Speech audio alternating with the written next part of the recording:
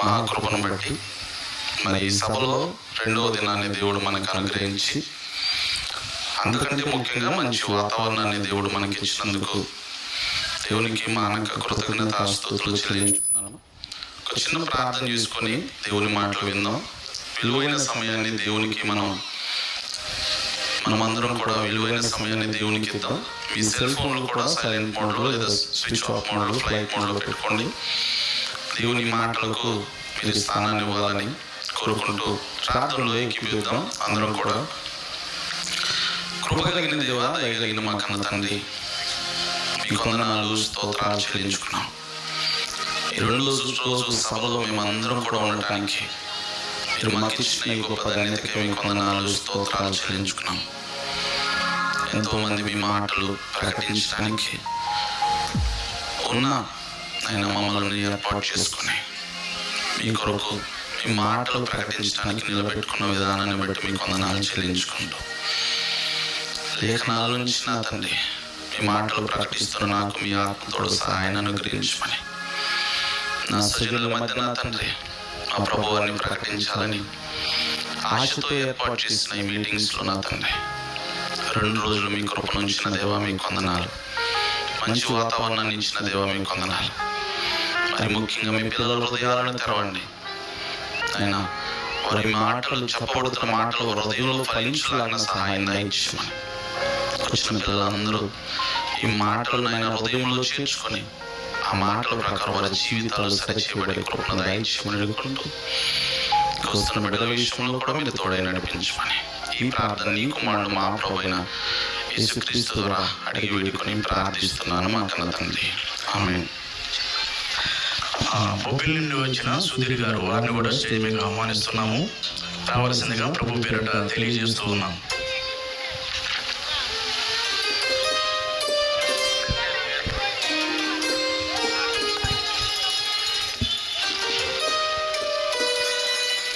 మంచిదండి. మరి ఒక మంచి టైటిల్తో మన గ్రామంలో ఈ మీటింగ్స్ని ఏర్పాటు చేయడం జరిగింది కాబట్టి ఈ టైటిల్లో ఉన్న భావాన్ని కూడా మనం అందరం అర్థం చేసుకోవాలి. మారిపోతున్న మాయాలోకం, దగ్గరవుతున్న క్రీస్తు ఆగమనం అనే ఒక మంచి టైటిల్ని ఏర్పాటు చేసి మనల్ని కూడా రాకడకు సిద్ధపాటు చేయాలని ఆశతో ఈ మీటింగ్స్ను మరి పెద్దలు, మరి సంఘపక్షంగా మేమందరం కూడా ఏర్పాటు చేయడం జరిగింది. ఈ మీటింగ్స్ యొక్క ముఖ్య ఉద్దేశం ఏంటంటే, ఈనాడు క్రైస్తవులు ఎక్కువైపోతున్నారు. భక్తిగా బ్రతకాలని నటిస్తున్న వారు ఎక్కువైపోతున్నారు. భక్తిగా జీవిస్తున్నామని భ్రమలో బ్రతుకుతున్న వారు కూడా ఎక్కువైపోయారు. అందరూ కూడా అన్ని ప్రాంతాల్లో కూడా భక్తులు ఎక్కువైపోయారు, కానీ భక్తి మాత్రం లేదు. కాబట్టి క్రీస్తు రాకడ కూడా త్వరలో ఉంది. క్రీస్తు ప్రభువారు వచ్చే సమయానికి కొద్ది మందినైనా సిద్ధపాటు చేయాలని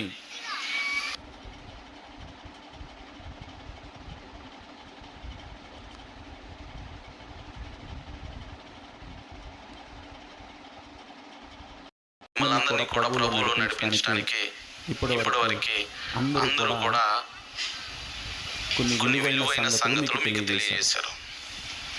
అందులోని భాగంగా ఈరోజు మనకి మన జీవితాల్లో మనం ఉందని భ్రమపడుతూ దాన్ని లేనట్టుగా బ్రతుకుతున్న క్రైస్తవ సమాజంలో ఉన్న భక్తులందరికీ కూడా ఈరోజు కొన్ని సంగతులను తెలియజేయాలని ఇష్టపడుతున్నాను. మీరందరూ కూడా మంచిగా మాటలను స్వీకరించి విలువైన బైబిల్ గ్రంథంలో మనం అనేక సార్లు చదివిన కొత్త విషయాలు ఏం చెప్పను, కానీ బైబిల్లో చెప్పబడుతున్న మాటలను మరలా ఒకసారి మనం చదువుకోటి ఆ మాటల్లోని సారాంశాన్ని గ్రహించి అది మన బ్రతుకులకు మనం అన్వయించుకొని ఇకనైనా క్రీస్తు ప్రభు కొరకు బ్రతకాలని ఆశపడదాం. ఈరోజు సంఘాలు బాగా ఎక్కువైపోయినాయి. సంఘంలో భక్తులు కూడా ఎక్కువైపోయారు. కానీ అందరిలో కూడా లేనిది ఒకటే దేవుని యందు భయము భక్తి. దేవుని యందు భయభక్తులు అనేది మనుషులకు కరువు అయిపోయింది. చక్కగా ప్రార్థనకి వెళ్తాం ఆదివారం రాగానే, ఎంతో ఆసక్తితో ఉదయాన్నే లేస్తాం, గబగబా ప్రార్థనకి వెళ్తాం. ఆ ప్రార్థనకి వెళ్ళిన తర్వాత కొద్దిసేపు దేవునితో గడిపిన తర్వాత ఇంటికి వస్తాం. ఇంటికి వచ్చిన తర్వాత పాత రోత జీవితంతో మన జీవితాలు కట్టుకుంటున్నాం. మరి దైవజనులు నిలబెట్టుకుని మీతో మాట్లాడిన మాటలను మనమందరం కూడా భక్తి జీవితంలో బ్రతకాలి, దేవుడు అంటే భయంతో బ్రతకాలి అని బల్లగుద్ది గంటల సేపు ప్రసంగాలు చేసిన దైవజనుల మాటలు మనకి చెవినికి ఎక్కవు. కానీ మనం పాస్టర్ గారు వస్తున్నారంటేనో, ఒక సువార్థికుడు వస్తున్నారంటేనేమో వంగి వంగి దండాలు పెడతాం, వంగి మనం నమస్కారాలు చేస్తాం. ఆయన రాగానే వణికిపోతూ మనం ఉంటాం. కానీ మనల్ని చూస్తున్న దేవుడు ఉన్నాడని, మనల్ని అనుక్షణం మనల్ని గురిపెట్టి మన దేవుడు చూస్తున్నాడన్న సంగతిని మాత్రం మనం గ్రహించలేక పాస్టర్ గారు వెళ్ళిపోయిన తర్వాత మనం యథావిధిగా మన భక్తి జీవితాన్ని నటిస్తూ కొనసాగిస్తూ ఉన్నాం. కొంచెం కఠినంగా మాటలున్నా మీరందరూ కూడా తీసుకోవాలని నేను కోరుకుంటున్నాను. ఎందుకంటే గొల్లపాలెంలో మా స్వజనులు అందరం కూడా ఎవరికి వారు మా స్వజనులు నశించిపోతున్నారు. మా స్వజనులు దేవుని మాటలు విని కూడా పెడచెవిన పెడుతున్నారు. మా రక్త సంబంధికులు ఇంకా మార్పు చెందలేదు. కాబట్టి ఈ మీటింగ్స్ ఇక్కడ జరగాలని మేము పెద్దలని వారిని అడిగినప్పుడు వారు ఒప్పుకొని ఖర్చుతో ఇక్కడ ఈ మీటింగ్స్ ని ఏర్పాటు చేయడానికి ఇష్టపడ్డారు. అయితే ఈ ప్రాంతంలో ఈ మీటింగ్స్ జరగాల్సింది కాదు, వేరే ప్రాంతంలో జరగాల్సినవి ఎప్పుడైతే మేము పట్టుబట్టామో మా చుట్టుపక్కల మాతో పాటు ఉన్నవారు, మాకంటే చిన్నవారు, మాకంటే పెద్దవారు వారి పరిస్థితిని చూస్తే ఎంత భయానకంగా మారిపోయిందంటే, వాళ్ళు దీనమైన స్థితిలో ఉన్నప్పుడు వారు జీవిస్తున్న విధానం చూస్తే భయమేస్తుంది.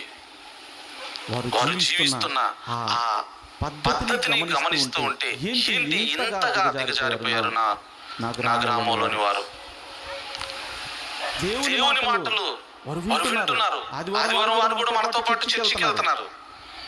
మనం వెళ్ళే చోటకపోయినా వేరే వేరే చోట్లకి వాళ్ళు దేవుని ఆరాధించడానికి వెళ్తున్నా, కానీ వారిలో ఆ దేవుని యొక్క భయం అనేది వారిలో ఉండట్లేదు. యథావిధిగా తిరుగుతున్నారు, యథావిధిగా తాగుతున్నారు, యథావిధిగా పాపం చేస్తున్నారు, యథావిధిగా వ్యభిచారం చేస్తున్నారు, జారత్వం చేస్తున్నారు, తాగుతున్నారు. యవన కాలంలో తమ జీవితాలను పణంగా పెడుతూ విపరీతమైన పాపపు వేషధారణలోకి వెళ్ళిపోతున్నారు. బైబిల్ చర్చిలోకి వెళ్తారు, బైబిల్ పట్టుకొని పాటలు పాడతారు. చక్కగా అక్కడ జరుగుతున్న ప్రతి ఒక్క కార్యక్రమంలో మీటింగ్ జరిగితే పట్టలు వేయటం, అక్కడ మెజారిటీ ఆఫ్ ది ప్రోగ్రామ్ లో వాళ్ళే పార్టిసిపేట్ చేస్తారు. మరలా వచ్చి బానిసలు అయిపోతున్నారు పాపానికి. సిగరెట్లు తాగటం, మందులు తాగటం, వ్యభిచారం చేయటం, పాపంలో కొట్టుమిట్టాడటం. అదేంటంటే ఎవరు చూస్తున్నారు? నన్ను చూసావా? నువ్వు చూస్తే ఊరుకుండు, కానీ దేవుడు చూస్తున్నాడా అనే పాపపు బంధకాల్లో నుంచి బయటకు రాలేకపోతున్నారు. ఇక్కడికి వస్తారు, మైకు పట్టుకుంటారు, మేము దేవుని ఆరాధిస్తున్నామంటారు, స్తుతిస్తున్నామంటారు. కానీ మరలా లోకంలోకి వెళ్ళిన తర్వాత మరలా పాత జీవితాన్ని గడుపుతూ ఉన్నారు. ఈరోజు సంఘంలోని యవనస్తులందరూ కూడా అది ఎక్కడైనా సరే ఎవరు చేసినది తప్పే, ఎవరు చేసినది పాపమే, ఎవరు చేసిన దేవునికి నచ్చని పని చేస్తే దేవుని యొక్క ఉగ్రతకు వాళ్ళు పాత్రలు కావాల్సిందే. అది చిన్న వాళ్ళైనా పెద్దవాళ్ళైనా, అది మైకు పట్టుకొని బోధిస్తున్నా, మైకు పట్టి బోధించడానికి అవకాశం వచ్చినప్పుడు నీతి మాటలు మాట్లాడి నీతి మాలిన పనులు చేస్తే అలాంటి వాడికి దేవుడి భయం లేదు, అలాంటి ఆమెకి దేవుని యొక్క భయం అనేది లేక పాపంలో కొట్టుమిట్టాడిపోతున్నారు. ప్రియమైన దేవుని పిల్లరా, అంతటా కూడా ఇదే జరిగిపోతుంది. అంతటా కూడా ఇదే. తల్లిదండ్రులు ఏమనుకుంటున్నారంటే మా ఊడు మైక్ పట్టుకుని ప్రార్థన చేస్తున్నాడండి. మా ఊడు మైక్ పట్టుకుని పాటలు పాడుతున్నాడండి. మా ఊడు మైక్ పట్టుకుని ప్రసంగం చేస్తున్నాడండి. తర్వాత వాడి జీవితం ఎలా ఉంటుంది? తర్వాత ఆమె జీవితం ఎలా ఉంటుంది? నువ్వు ప్రకటించినట్టుగా నీ జీవితం ఉంటుందా? నీవు ప్రకటించిన రీతిగా నీ జీవితం మార్చుకుంటున్నావా? లేదా నటనా జీవితంతో దాన్ని కాపాడుకుంటున్నావా? నీకు లేనిదంటే భక్తి అనేది లేదు, భయం అనేది అసలే లేదు. నీ దగ్గరికి కళ్ళ ముందు కనపడుతున్న ఒక పాస్టర్ను చూసి నువ్వు గజగజ ఉరుకుతున్నావే తప్ప నీవు దేవునికి ఉగ్రతకు చోటిస్తున్నావన్న సంగతిని మాత్రం నువ్వు మర్చిపోతున్నావు. నా ప్రియమైన దేవుని పిల్లరా, దేవునికి భయపడకపోతే, మనుషులకి భయపడితే అది నీ జీవితము భక్తి జీవితమా? నువ్వు భక్తిలో నాటకంతో నీ జీవితాన్ని కొనసాగిస్తున్నావా? జ్ఞాపకం చేసుకోవాలి. ఒక చిన్న ఉదాహరణ మీకు చెప్తాను. ఆ చిన్న ఉదాహరణ బట్టైనా మన జీవితాలు, మనం జీవిస్తున్న జీవితం అనేది ఎలా ఉంది అనేది ఒకసారి మనం జ్ఞాపకం చేసుకుందాం. ఒక ఊర్లో ఒక యవనస్తుడు ఉన్నాడు. బాగా పాటలు పాడతాడు. యవన కాలంలో దేవుని సేవ చేయాలని ఆశపడ్డాడు. ఆశపడుతూ అందరికీ కనపడే విధంగా, అందరికీ నచ్చే విధంగా పాటలు పాడతాడు. అందరినీ మెచ్చే విధంగా ప్రార్థన చేస్తాడు. అంతకంటే ముఖ్యంగా అందరికీ నచ్చిన విధంగా, అందరికీ ఇష్టంగా దేవుని మాటలైతే ప్రకటిస్తూ ఉంటాడు. స్టేజ్ ఎక్కాడంటే చాలు గజగజలాడిస్తాడు అనమాట ఆ యవన కాలంలో ఉన్న దైవజనుడు. కానీ మనందరికీ కళ్ళ ముందు నేను మీకు అశోక్గా నేను మిమ్మల్ని ప్రజెంట్ చేసుకుంటాను. అలానే ఆ యవన కాలంలో ఉన్న దైవజనుడు కూడా తను కూడా అదే విధంగా ప్రజెంట్ చేసుకున్నాడు. అందరి ముందు ఇతని కంటే భక్తిపరుడు లేడు అనుకున్నారు. ఇతనిలాగా పాటలు పాడేవాడు లేరు అనుకున్నారు. ఇతనిలాగా మెసేజ్ చెప్పి హృదయాలను మార్చేవాడు లేరు అనుకున్నారు. ఆ దైవజనుడు అందరూ అదే భ్రమలో ఉన్నారు. అందరినీ కూడా ఆ భ్రమలోకి ముంచేశాడు. కానీ ఆ తర్వాత ఏం జరుగుతుందంటే అతని ఇంటికి వెళ్ళిన తర్వాత అతను రహస్యంగా పాపం చేయడం జరుగుతుంది. అతడు అన్ని రహస్యంగా ప్రతిదీ జరిగించుకుంటూ పాపంలోకి తీసుకెళ్ళిపోతాడు. మనిషి తన పాపంలోకి వెళ్ళిపోతాడు. అపవిత్రమైన అలవాట్లు, లేని అలవాటు అనేది లేదు. అదేవిధంగా లోపల పైకేమో భక్తి జీవితం, లోపల అంతా కూడా అపవిత్రతతో నిండిపోయింది. దైవజనుడు అలాంటప్పుడు ప్రతిదినము ఈ విధంగా పైకి మనుషులందరికీ కనపడే విధంగా ఒక కల్మషం లేని మనిషిగా కనపడతాడు. కానీ ఆ యవ్వన కాలంలో ఉన్న దైవజనుడి యొక్క జీవితం అంటే అంత కలుషితంతో నిండిపోయింది. మనందరం కూడా ఉంటామంటే ఇదిగో ఇలా ఉండాలండి, ఈ దైవజనులాగా ఉండాలండి, మనం ఉంటే ఈ దైవజనులాగా పాట పాడాలండి, మనం ఈ దైవజనులాగా మన భక్తి జీవితాన్ని కొనసాగించుకోవాలనుకుంటాం. కానీ అలాంటి భక్తి జీవితం రహస్యమైన పాపంలోకి వెళ్ళిపోతున్న అతను చేస్తున్న పని. పైకేమో కనబడుతున్నప్పుడు భక్తిగా నటిస్తూ ఉన్నాడు, లోపల మొత్తం కూడా పాపం ఊబిలో ఉండిపోయాడు. అప్పుడు అలా చేస్తున్నప్పుడు అతను ఏమనుకున్నాడంటే, పాపం చేస్తూ ఉన్నప్పుడు ఇదిగో నేను దేవుని సేవ చేస్తున్నాను కదా, ఇదిగో సభల్లో మైకులు పట్టుకొని పాటలు పాడుతున్నాను కదా, దేవుని మాటలు బోధిస్తున్నాను కదా, నేను చిన్న పాపమే కదా చేస్తున్నాను. ఈ చిన్న పాపం చేస్తే దేవుడు నన్ను క్షమించడా? క్షమిస్తాలే అని తనలో తాను ఆలోచించుకొని తనకి తాను శభాష్ అనిపించుకొని నేను పాపం చేసినా పర్లేదులే, దేవుడు పని చేస్తున్నాను కానీ తనను తాను మెచ్చుకొని ఆ పాపాన్ని అలానే కంటిన్యూ చేసుకుంటూ ఉన్నాడు. అలా కంటిన్యూ చేసుకున్నప్పుడు ఒక రోజు ఒక పెద్ద అంటే దైవజనులు దేవుని మాటలు అనుభవంతో బోధించే ఒక ఆయన ఒక రోజు ఎదురుపడినప్పుడు, బిడ్డ నువ్వు చేస్తున్నది కరెక్ట్ కాదు, నువ్వు జీవిస్తున్న భక్తి జీవితం ఉందే అది నువ్వు కరెక్ట్గా సరైన పద్ధతిలో బ్రతకట్లేదు. నీ కళ్ళల్లో దేవుని భయం అనేది అస్సలు లేనే లేదు అని ఆ దైవజనుడు అతన్ని హెచ్చరించినప్పుడు అతను నవ్వుకుంటూ, పాస్టర్ గారు మీరు ఓల్డ్ జనరేషన్ లో ఉన్నారండి, ఇదంతా మేము కొత్త జనరేషన్ న్యూ జనరేషన్ లో ఉన్నాం కాబట్టి మేము దేవుని హెచ్చరికలు కూడా మేము భయపడం, మేము లైట్ తీసుకుంటామండి అని ఆ దైవ సేవకుడితో అనడం జరిగింది. అలా కొన్ని వారాలు గడిచిపోతూ ఉంది.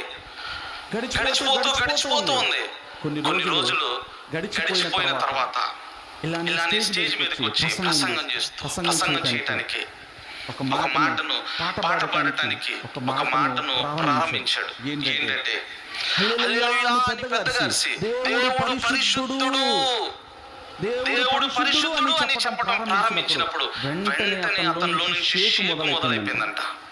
ఎందుకు షేక్ మొదలైందంటే దేవుడు పరిశుద్ధుడు అని చెప్పే ఇతనే దేంట్లో ఉండిపోయాడు, పాపంలో ఉండిపోయాడు. దేవుడు పరిశుద్ధుడు, కల్మషం లేని వ్యక్తి ఆయన, ఇతను కల్మషం లేని వెళ్ళిపోయాడు. దేవుడు ఎలాంటి అపకీర్తికి నేను తేగకూడదని అనుకున్న అతను అపకీర్తి దేవునికి తెచ్చేవాడిగా తయారైపోయాడు. కాబట్టి దేవుని మాటలు ప్రకటిస్తున్నప్పుడు దేవుడు పరిశుద్ధుడు అని చెప్పగానే వెంటనే గజగజ వణికిపోయి అక్కడ జరిగిన సందర్భాన్ని మనం జ్ఞాపకం చేసుకుంటాం. గజగజ వణికిపోతే అదే స్టేజ్ మీద కుప్పకూలిపోయాడండి. కుప్పకూలిపోయిన తర్వాత అక్కడి నుంచి అతన్ని హాస్పిటల్కి తీసుకెళ్లారు. హుటాహుటిగా హాస్పిటల్ తీసుకెళ్ళగానే హాస్పిటల్ డాక్టర్ గారు అన్ని చెక్ చేశారు. చెక్ చేసి చివరికి ఏం చెప్పారంటే ఇతనికి గుండె ఫెయిల్ అయిపోయిందని చెప్పారు. ఇతనికి గుండె ఫెయిల్ అయిపోయిందని చెప్పాడు. అదేంటండి, ఇన్నాళ్ళు ఇతను ఆరోగ్యంగా ఉన్నాడు కదా, ఈయన దైవజనుడిగా ఉన్నాడు కదా, అనేకులు దేవుడు నడిపించాడు కదా, ఎలాంటి చెడు వ్యసనాలు లేవు కదా, అతనికి గుండె ఫెయిల్ అవుతుంది అని అందరూ కూడా ఏడవటం ప్రారంభించారు. అందరూ కూడా ఆలోచించడం ప్రారంభించారు. ప్రియమైన దేవుని పిల్లరా, అలాంటప్పుడు మరణానికి ముందు కొన్ని మాటలు ఆ పిల్లవాడు యవ్వన కాలంలో ఉన్న దైవజనుడు మాట్లాడుతున్నాడు. ఏమని మాట్లాడుతున్నాడంటే, పెద్ద పాస్టర్ గారు వచ్చారు, ఆయనకి తెలిసింది ఇతను హాస్పిటల్లో ఉన్నాడని. వెళ్ళాడు పలకరించడానికి వెళ్తే చివరి మాటలు ఏం మాట్లాడుతున్నాడంటే, పాస్టర్ గారు నేను ప్రజలను మోసం చేశాను, ఏడుస్తూ గొగ్గోలు పెడుతూ అయ్యా నువ్వు చెప్పిన హెచ్చరికను కూడా నేను తృణీకరించాను. నేను ప్రజలందరికీ కూడా నా మాటలతో వాళ్ళని మెస్ప్రైజ్ చేశాను. నేను వారికి పై కనపడే భక్తి జీవితాన్ని కనపరిచాను, కానీ నా రహస్య జీవితాన్ని వారికి కనిపించలేదు. కనిపించకుండా నేను చేసుకున్నాను. నేను స్టేజ్ మీద భక్తిగా నటించాను, లోపల మాత్రం పాపాన్ని నేను దాచుకున్నాను. ఇప్పుడు దేవుని సన్నిధి ఇలా భయంకరంగా నాకు కనిపిస్తుంది. నాకు ఇంకో అవకాశం ఉంటే బాగుండు అని హాస్పిటల్లో లబోదిబో అని మొత్తుకుంటున్నాడు యవ్వన కాలంలో ఉన్న దైవజనుడు. అంటూ ఆ మాటలు చెప్తూనే ప్రాణాన్ని విడిచి నరకానికి జారిపోవడం జరిగింది. నా ప్రియమైన దేవుని పిల్లరా, మీరు కూడా మీ జీవితంలో మమ్మల్ని ఎవరూ చూడట్లేదు అనుకుంటున్నారా? పిల్లి కూడా మనకు లోకంలో సామెత ఉంటుంది, పిల్లి పాలు తాగుతా నన్ను ఎవరూ చూడలేదు అనుకుంటుందంట. కానీ భక్తిగా నేను బ్రతుకుతున్నాను అనుకుంటున్నావు. నేను భక్తిగా నాకంటే భక్తి పరులు ఎవరూ లేరు అనుకుంటున్నావు. దగదగ మెరిసే తెల్ల బట్టలు వేసుకున్న నా అంత పవిత్రత ఎవరూ లేదు అనుకుంటున్నావు. మైకు పట్టుకున్నప్పుడేమో పవిత్రత, మైకు తీసిన తర్వాత నీ రంగు జీవితం అనేది బయటపడుతుంది. ఇందుకు కాదు దేవుడు నిన్ను పిలిచింది, ఇందుకు కాదు దేవుడు నిన్ను లోకంలో నుంచి తన కుమారుడిగా తన స్వరూపంలోకి పిలుచుకుంది. ఎందుకంటే ఆయన కోసం బ్రతకాలని, ఆయన ఇష్టాన్ని భూమి మీద నెరవేర్చడం కోసం నిన్ను పిలిచాడు. నీ భక్తి జీవితాన్ని బట్టి, నువ్వు జీవిస్తున్న విధానాన్ని బట్టి నలుగురు మార్పు చెందాలని దేవుడు కోరుకున్నాడు. కానీ నీ రహస్యమైన భక్తి జీవితం, పాప జీవితాన్ని బట్టి దేవుడు నీలాంటి వారిని కోరుకోవట్లేదు. నీలాంటి వారిని ఎవరిని కూడా దేవుడు కోరుకోవట్లేదు. ఎందుకంటే భక్తి లేని జీవితాన్ని నువ్వు జీవిస్తున్నావు, భక్తితో నటిస్తూ జీవిస్తున్నావు. దేవుని పని చేయటంలో భక్తి కాదు, పట్టలేయటం భక్తి కాదు, చేసేయటం భక్తి కాదు. ఎలాంటి కల్మషం అనేది లేకుండా నీ జీవితాన్ని కంటకుండా బ్రతకటమే భక్తి. ఇక్కడికి వచ్చి మైకులు పట్టుకొని పాటలు పాడి పక్కకెళ్ళి సిగరెట్లు తాగితే, పక్కకెళ్ళి మందు తాగితే, అక్రమ సంబంధాలు పెట్టుకుంటే ఎవరికి కావాలి నీ భక్తి? అలాంటి భక్తి అవసరం లేదు.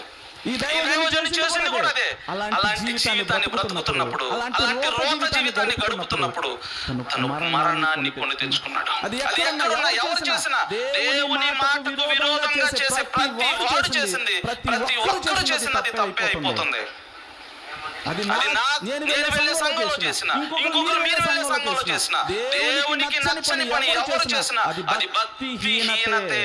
కాబట్టి మీరు ఈ రాత్రికాల సమయంలో దేవునికి మాటకు లోబడక, భక్తిని కొనసాగించక భక్తిహీనులుగా మారిపోయి తమ ప్రాణాలను కొని తెచ్చుకొని తమ ప్రాణాలను కోల్పోయిన వారి జీవితాలను ఈరోజు బైబిల్ గ్రంథం నుంచి మనం కొద్ది మందిని చూద్దాం.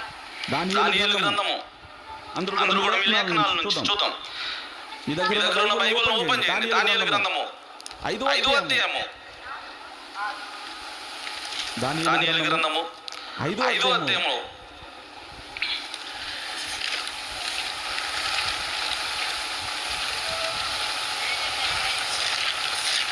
ఓపెన్ చేశారండి. 22, 23 వచనాలు కలిసి ఉంటాయి. ఇక్కడ కూడా మనం ఒక అతన్ని చూడొచ్చు. ఆ వ్యక్తి ఏం చేస్తున్నాడు? దుర్మార్గమైన పని చేస్తున్నాడు. తను హెచ్చించుకుంటున్నాడు. దేవుని కంటే ఎక్కువగా హెచ్చించుకుంటున్నాడు. భక్తి లేదు, భయం లేదు. అలాంటి వ్యక్తికి దేవుడు ఇచ్చిన ఒక సన్మానం ఏంటో మనం చూద్దాం. దానియేలు గ్రంథము 5వ అధ్యాయము 22 వచనం నుంచి కొన్ని మాటలు మనం ధ్యానించుకుందాం. బెల్షాజరు అతని కుమారుడు నీవు ఈ సంగతి అంతయు ఎరిగియుండియు నీ మనస్సును అణుచుకొనక పరలోకమందున ప్రభువు మీద నిన్ను నీవే హెచ్చించుకుంటివి. ఎట్లనగా నీవును నీ అధిపతులను, నీ రాణులను, నీ ఉపపత్నులను దేవుని ఆలయ సంబంధముకు ఉపకరణములో ద్రాక్షారసము పోసి తాగితిరని వాటి తెచ్చి ఉంచుకొని వాటితో త్రాగుచు చూడనైనను విననైనను గ్రహింపనైనను చేతగాని వెండి బంగారములు ఇత్తడి అను వాటితో చేయబడిన దేవతలను మీరు స్తుతించుచూ ఉండిరి. ఇక్కడ బెల్షాజరు అనే అతను ఏం చేస్తున్నాడంటే తను దేవుని కంటే హెచ్చుగా హెచ్చించుకొని దేవాలయంలో నుంచి కొన్ని ఉపకరణములు తీసుకొచ్చి దాంట్లో ద్రాక్షారసం పోసుకొని తాగుతూ దేవుని కంటే తను హెచ్చించుకుంటూ ఇదిగో కర్రతో, రాయితో, బంగారంతో చేయబడిన వాటిని దేవుడుగా పూజిస్తూ నిజమైన దేవుణ్ణి తక్కువ చేస్తూ ఆ దేవుడి కంటే నేనే గొప్ప అని హెచ్చించుకుంటున్న వ్యక్తికి దేవుడిచ్చే ఒక బహుమానం ఏంటో తెలుసా? ఆ రాత్రి దేవుని యొక్క నుంచి ఒక చెయ్యి వచ్చి గోడ మీద రాస్తుంది. ఈరోజు మీ అందరికి కూడా ఈ మాట జ్ఞాపకం చేసుకోవాలన్న ప్రియమైన దేవుని పిల్లరా, బెల్షాజరు అనే రాజు దగ్గరికి గోడ మీదకి వచ్చి ఒక పరలోకం నుంచి ఒక చెయ్యి వచ్చి ఒకటి రాస్తుంది. ఏంటో చూద్దాం మాట. 24వ వచనం కావున ఆయన ఎదుటి నుండి ఈ అరచేయి వచ్చి రాతను రాసెను. రాసినదేమనగా మెనే మెనే టెకేల్ ఉపాసిన్. ఏమంటది? మెనే మెనే టెకేల్ ఉపాసిన్. ఏంటంటే ఆ మాటకి అర్థము అంటే మెనే అనగా కింద వచనాలు చెప్తూ అంటాడు చూడండి. కింద వచనాల్లో ఆ మాట చెప్తూ 25వ వచనం, ఈ వాక్య భావం ఏమనగా మెనే అనగా దేవుడు నీకు నీ ప్రభుత్వ విషయంలో లెక్క చూశాడు. మెనే అనగా దేవుడు నీ ప్రభుత్వ విషయంలో లెక్క చూశాడు. ఈ రోజు మీకు కూడా చెప్తుంది, ఇదిగో నీ జీవిత కాలంలో దేవుడిచ్చిన నీ 60 సంవత్సరాలు లేదా 70 సంవత్సరాల్లో దేవుడు నువ్వు కూడా అక్రమంగా బ్రతికితే, దేవుడు అంటే భయం భక్తి లేకుండా బ్రతుకుతుంటే, నీకు నచ్చినట్టుగా తాగుతూ, నీకు నచ్చినట్టుగా వ్యభిచారం చేస్తూ, నీకు నచ్చినట్టుగా పాపం చేస్తూ, ఇదే స్టేజ్ల మీద లేదా గుడికి వెళ్ళి భక్తిగా పాటలు పాడిన నీ భక్తి జీవితం అనేది దేవుడికి నచ్చినట్టుగా బ్రతకపోతే నిన్ను కూడా ఏమంటాడంటే ఇదిగో నీ జీవిత కాలంలో కూడా దేవుడు లెక్క చూసి రోజు ఆసన్నమవుతుంది. దేవుడు లెక్క చూసి ఆసన్నమవుతుంది. అదే రోజు ఇదే అయితే ఇదే రోజు నీ లెక్క కూడా పూర్తి చేయబడితే రేపటి దినాన నీ చుట్టూ అనేకులు చేసి అయ్యో పాపం ఇంత భక్తిపరుడిని దేవుడు తీసుకెళ్ళాడా? దేవుడు అన్యాయస్తుడా? దేవుడు ఎప్పటికీ అన్యాయస్తుడు కాదు. ఎప్పటికీ దేవుడు అన్యాయస్తుడు కాదు. నీ జీవితమే దేవుని దృష్టిలో తూచినప్పుడు అన్యాయంగా ఉంది. ఇంకా చదువు కింద వచనాలు. తెకేలనగా ఆయన నిన్ను త్రాసులో చూచగా నీవు తక్కువగా కనపడితే ఏమనుకుంటున్నావు? అందరి దృష్టిలోనేమో నీ అంత భక్తిపరులు, నా అంత భక్తిపరులు ఎవరు లేరండి. నేను భక్తిపరుణ్ణి, మీకు కనబడుతున్నాను నేను, కానీ నా రహస్య జీవితం మీకు తెలియదు. మీ రహస్య జీవితం మాకు తెలియదు, కానీ దేవునికి తెలుసు కదా. దేవునికి తెలుసు కదా.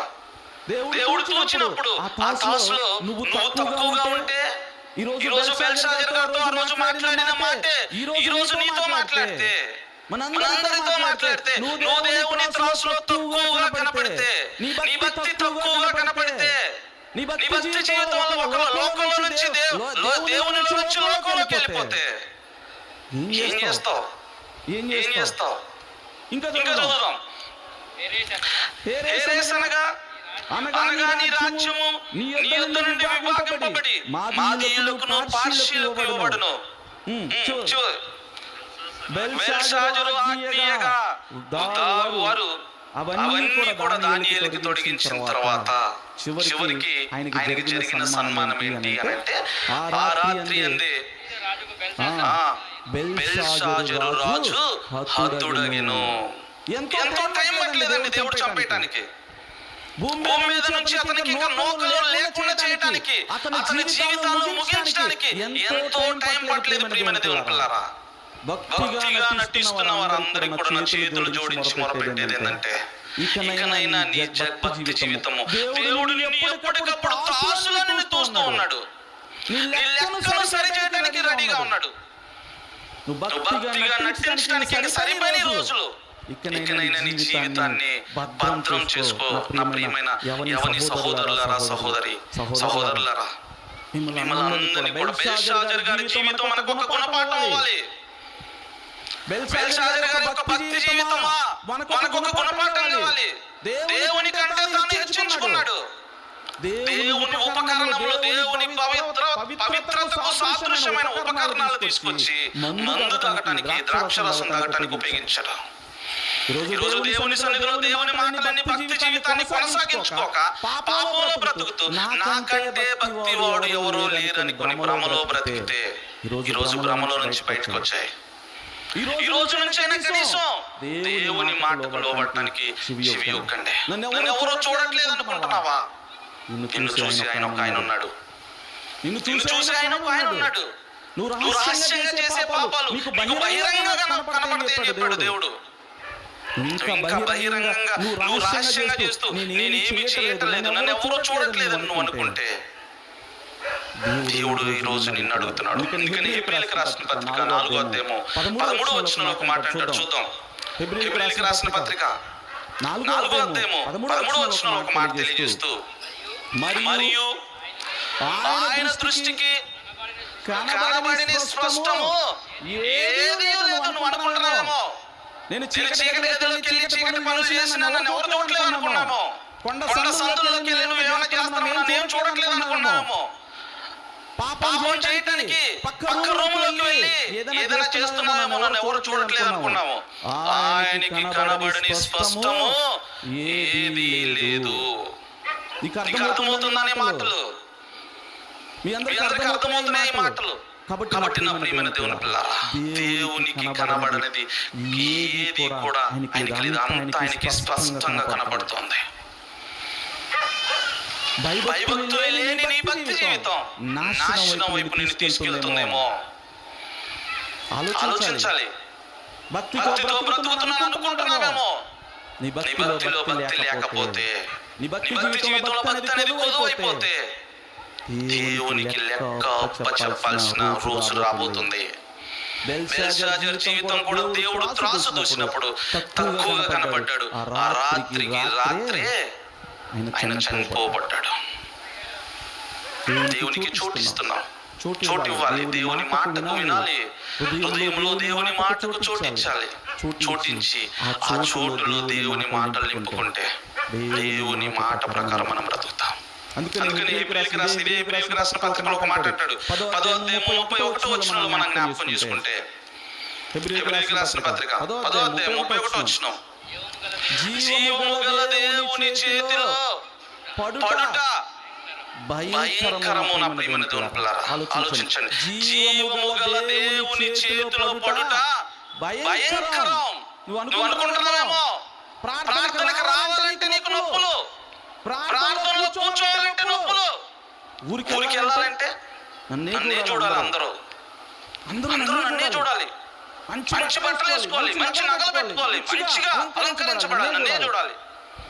కాదు, పైకి వేషం మనుషులు చూడొచ్చు, కానీ లోపల వేషాన్ని మాత్రం దేవుడు చూస్తాడు. కాబట్టి జీవము కలిగిన దేవుని చేతిలో పడితే మహాభయంకరము. మీరు ఆలోచించాలి. పాత నిబంధన కాలంలో ఒక రాజు ఉన్నాడండి, సౌలు రాజు. ఆయన బ్రతుకుతూ ఉన్నాడు. ఎక్కడో గాడిదలు కాచుకుని ఆయన్ని తీసుకొచ్చాడు. తీసుకొచ్చి సమూయేలు గారికి దేవుడు ప్రత్యక్షమై,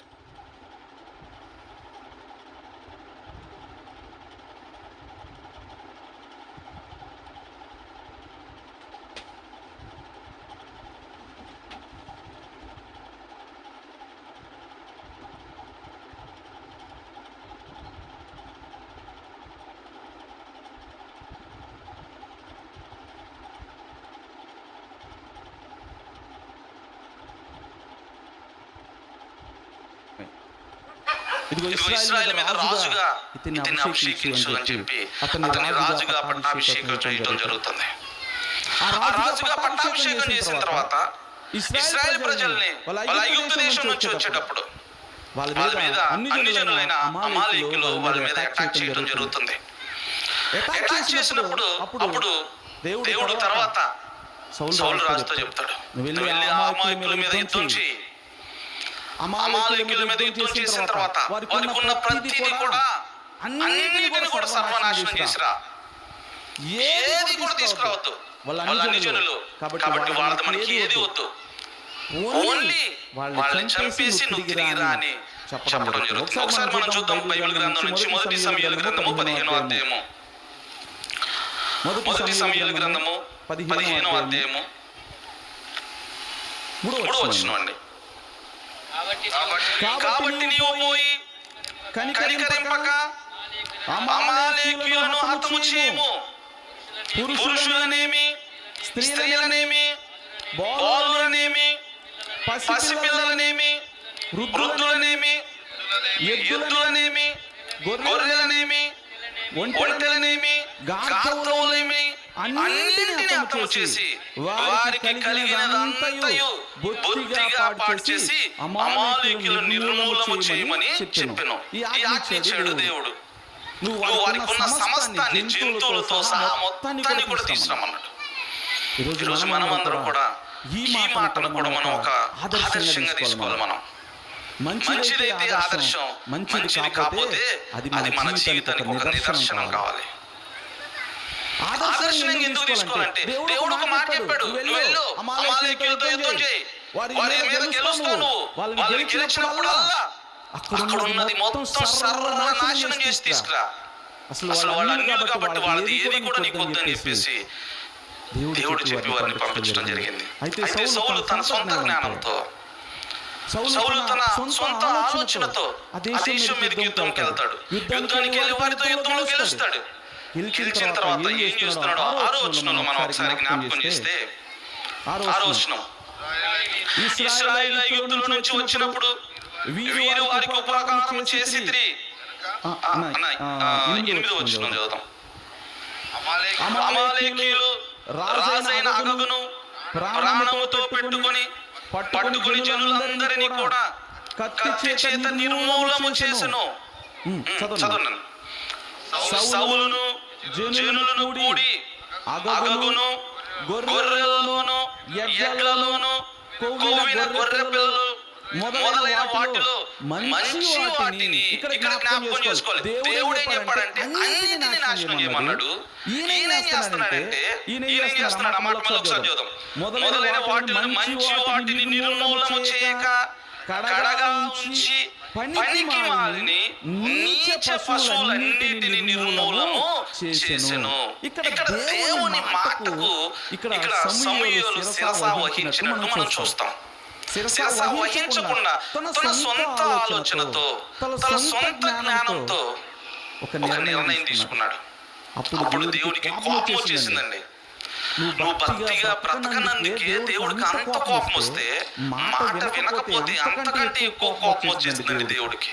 ఎక్కడో గాడిదలు కాసుకుని ఆయన తీసుకొచ్చి రాజుగా ఇశ్రాయేలు ప్రజలకు 12 గోత్రాల మీద రాజుగా పట్టాభిషేకం చేసిన ఆయన దేవుని మాట వినాలని, దేవుని మాట ప్రకారం బ్రతకాలని రాజుగా పట్టాభిషేకం చేస్తే దేవుని మాట వినలేదు.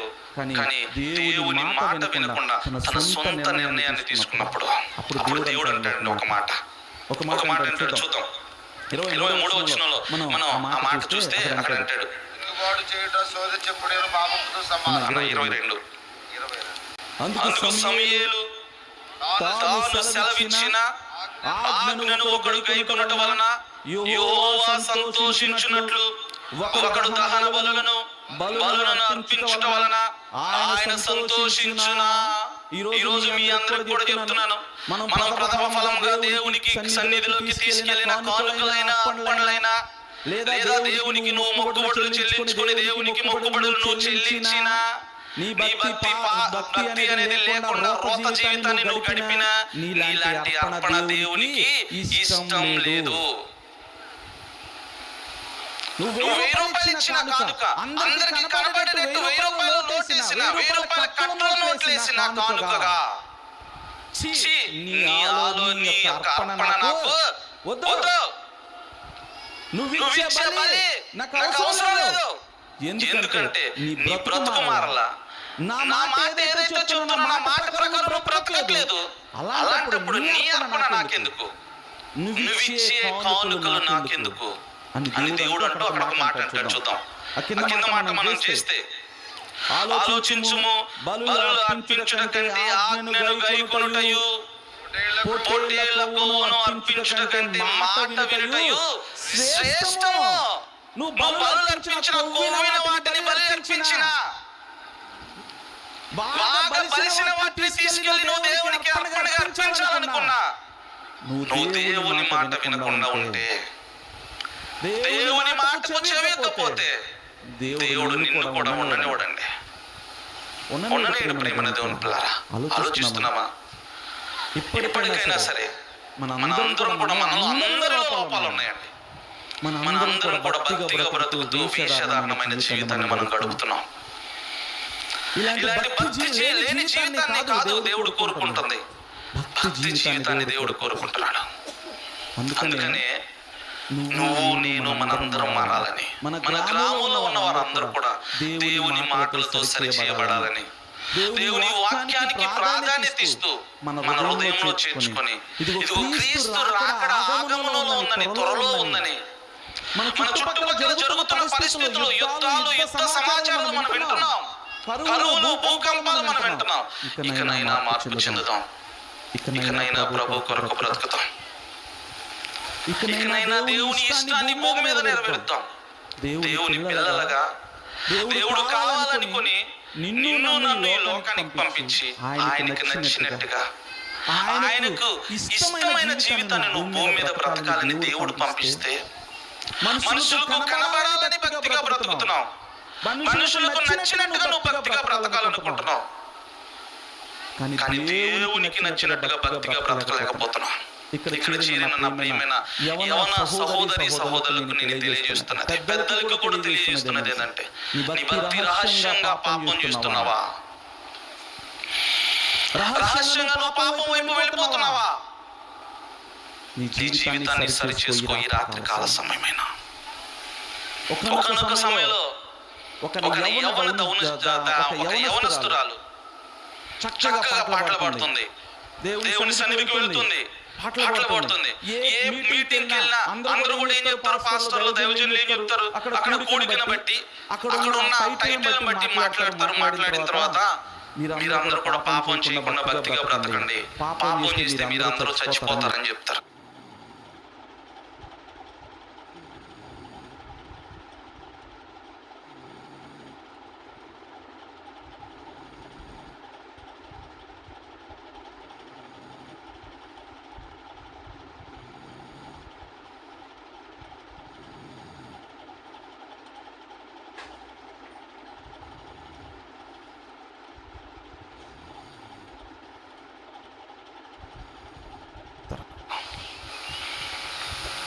ఎక్కడ జరిగినా ఇదే చెప్తారు. కానీ ఆ స్త్రీ కూడా, ఆ యవన కాలంలో ఉన్న ఆ పిల్ల కూడా తను కూడా ఆలోచించింది.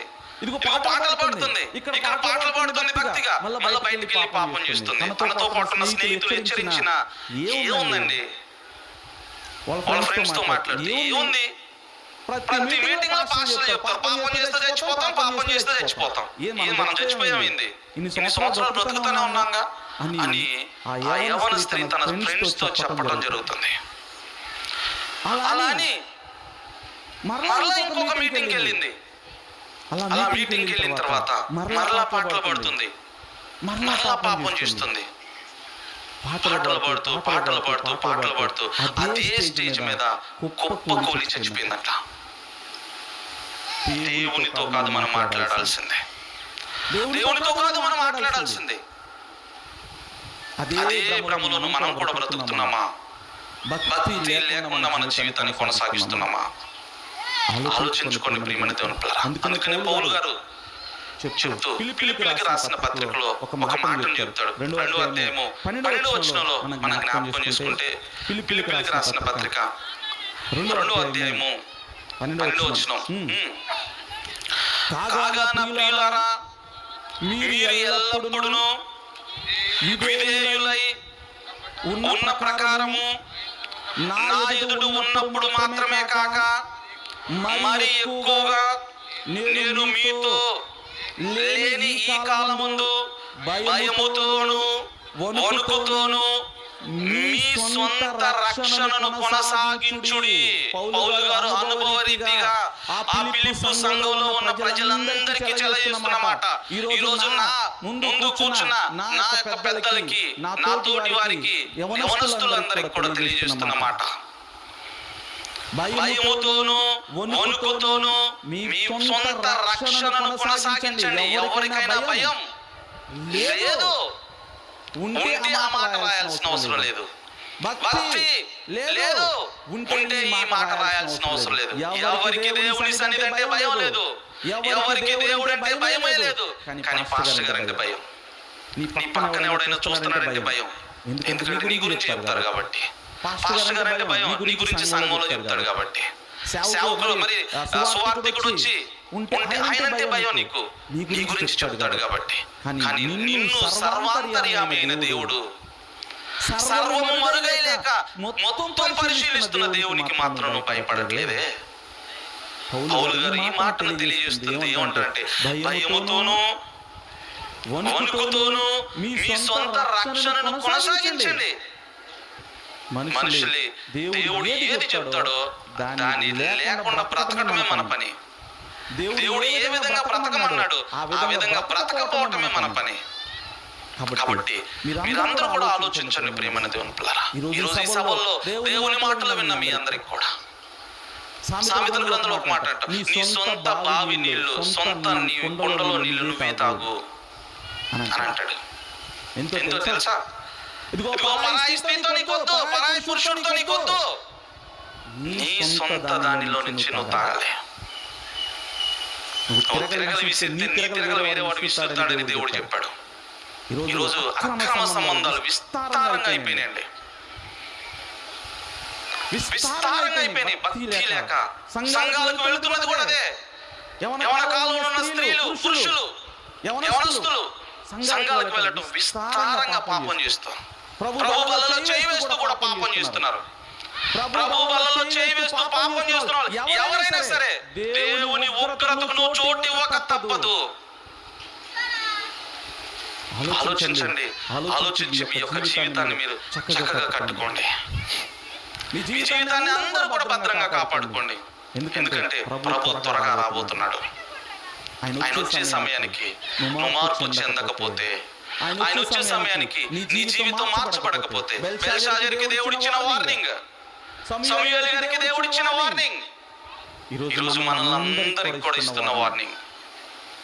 ప్రపంచంలో సొలొమోను గారు అంత జ్ఞానవంతుడు ఎవరు లేరండి. ఆయనకున్న జ్ఞానం అంతా ఎవరికి లేదు. ఆయనకున్న ఆస్తి అంతస్తు ఎవరికి లేదు. అలాంటి ఆయన చివరికి ఒక మాట చెప్తున్నాడు.